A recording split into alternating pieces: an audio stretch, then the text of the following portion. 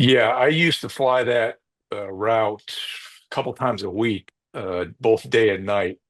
So they're called the DC Hilo routes. They're set up with specific routes, altitudes, reporting points, and it's the reason is to separate the Hilo traffic from the commercial air traffic. Um,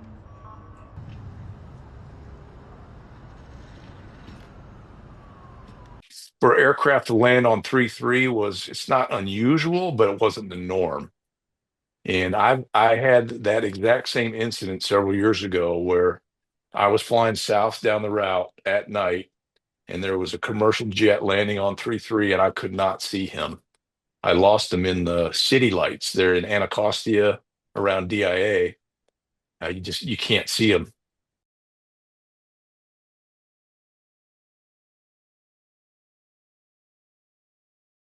The landing lights are not pointed directly at you because he's pointed at the runway, and you're coming from one side or the other. And so I-295 is right over there. So moving lights, they get mixed up with ground lights, with cars.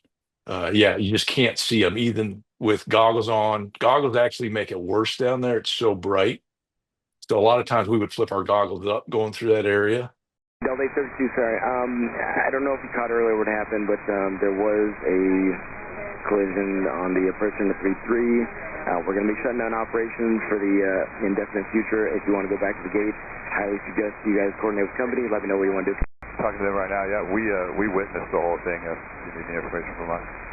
Okay, for JetBlue 2523, did you witness the encounter? Affirmative. So one of the things when I was flying there is you'll have aircraft stacked up, every couple miles. And so you might have picked the second aircraft versus the one that's right in front of you. Mhm. And you call that, I see the aircraft, but it was the wrong one.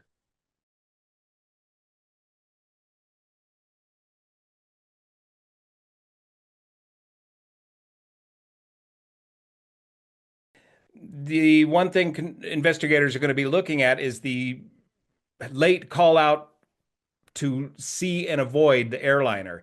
The late call out to the helicopter, do you see the airliner? Because when you merge targets like this, you will get a collision warning on your radar.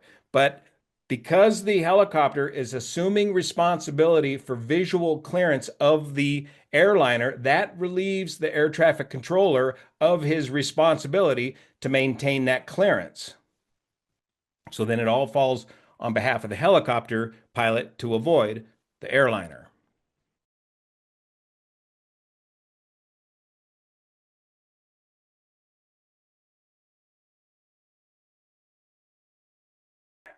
We're going to have to look at these routes. Are these routes really the right way to operate out of this area? Do we need to change these routes? Do we need to change the procedures in and out of this area? And I suspect it's going to change pretty quick because this is just cutting it awfully close, awfully close. Jelajahi cara baru mendapatkan informasi. Download Metro TV Extend sekarang.